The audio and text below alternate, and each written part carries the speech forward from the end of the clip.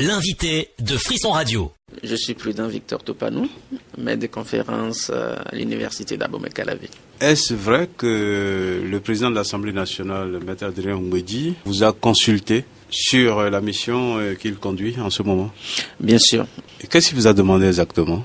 Le président de l'Assemblée nationale était préoccupé par la faisabilité de l'organisation des prochaines élections législatives tout en ne révisant pas la Constitution. Vous lui avez dit oui, c'est possible, réviser la Constitution pour prolonger le mandat des députés? Non, nous lui avons dit non, qu'il n'était pas souhaitable ni conseillé de réviser et qu'il était possible d'organiser les élections législatives sans toucher à l'article 80 de la Constitution, juste en décalant d'à peu près 2 semaines les élections. Est-ce que les propositions qui sont faites sur les lois dérogatoires vous paraissent pertinentes? Elles rejoignent un certain nombre de préoccupations tout à fait légitimes. Il y a 2 lois pour lesquelles on propose des dérogations. La première, la charte des partis, et la deuxième, le code électoral. En ce qui concerne la charte des partis, le point le plus important, c'est le fameux certificat de mise en conformité, qui en fait, il faut bien l'avouer à vos auditeurs, n'existe même pas dans la charte. À partir de ce moment-là, demander à ce que, par la loi, le gouvernement soit contraint, plus ou moins, d'accorder ce certificat de mise en conformité semblait relever du bon sens. Après, il y a les modifications sur le code électoral. Et là, il y a 2 dispositions majeures. La première, c'est le quitus fiscal. Sur le principe, on maintient le quitus fiscal. Sauf que, on s'est rendu compte que dans la délivrance du quitus fiscal, il y a eu quelques tracasseries. Donc, la loi dérogatoire, telle qu'elle est proposée, suggère, si elle était votée, que désormais, les services fiscaux soient contraints également de délivrer cette attestation dans un délai de 8 jours maximum. Et puis la deuxième, c'est quand même le cautionnement. Vous parlez de 249 millions. Oui, les 10%. Mais l'ancien code prévoyait aussi une caution, non?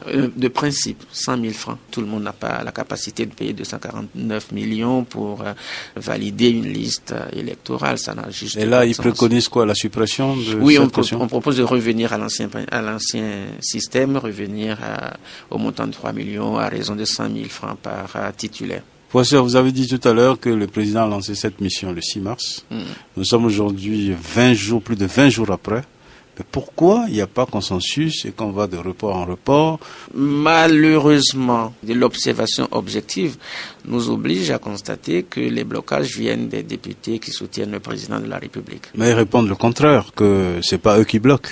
Mais en fait, ils ne sont pas là, par exemple. Ça suffit pour dire qu'il a de Ça bloque un peu. Après, on se retrouve avec le rapporteur qui prend le devant des travaux et patatras, comme toute réponse, la commission se déclare incompétente. Et ça pose quand même un problème. Vous êtes comme ceux qui pensent qu'il faut renvoyer le dossier devant la Cour constitutionnelle pour trancher? On ne dit pas qu'il faut renvoyer tout le dossier de recherche de consensus à la Cour constitutionnelle. Parce qu'il y a plusieurs de vos collègues qui sont contre. Il n'y en a pas beaucoup. Si vous voulez, on pourra faire la discussion technique là-dessus. Puisqu'il nous est déjà arrivé par le passé que le mandat ou alors les législatures successives se soient installées après la fin de leur mandat. Donc comment on a fait toutes ces fois-là sans jamais avoir modifié l'article 80? Chaque fois, on a eu recours à la Cour constitutionnelle. Le président de la Sénat écrit à la Cour constitutionnelle, lui dit que pour des raisons de blocage, je ne peux tenir les élections à telle date. En conséquence de quoi, pour reporter, je vous demande de m'autoriser et ainsi d'autoriser le président de la République qui seul convoque le corps électoral par décret pris en Conseil des ministres, puisse le faire afin que nous puissions aller. Et ça a toujours été ainsi. Considérez-vous qu'aujourd'hui, c'est perdu, le consensus n'est plus possible et qu'il faut tenir ces élections le 28 avec les 2 partis qui ont été sélectionnés? Écoutez, ce serait, je crois, la pire des solutions. Ce serait jouer le pourrissement, ce serait jouer la politique du pire. Le président aura montré sa bonne foi. Ces députés, non. Et à ce moment-là, on lui reprochera de n'avoir eu aucune autorité sur ses députés. Dans toutes les démocraties du monde, l'exécutif est soutenu par un législatif et le législatif ne peut rien refuser, surtout en cas de crise. Lorsque votre chef reconnaît lui-même une impasse, vous ne pouvez pas le laisser dans l'impasse. Et quel conseil pour l'opposition ? L'opposition doit aussi pouvoir accepter de ne pas revenir systématiquement sur presque tout.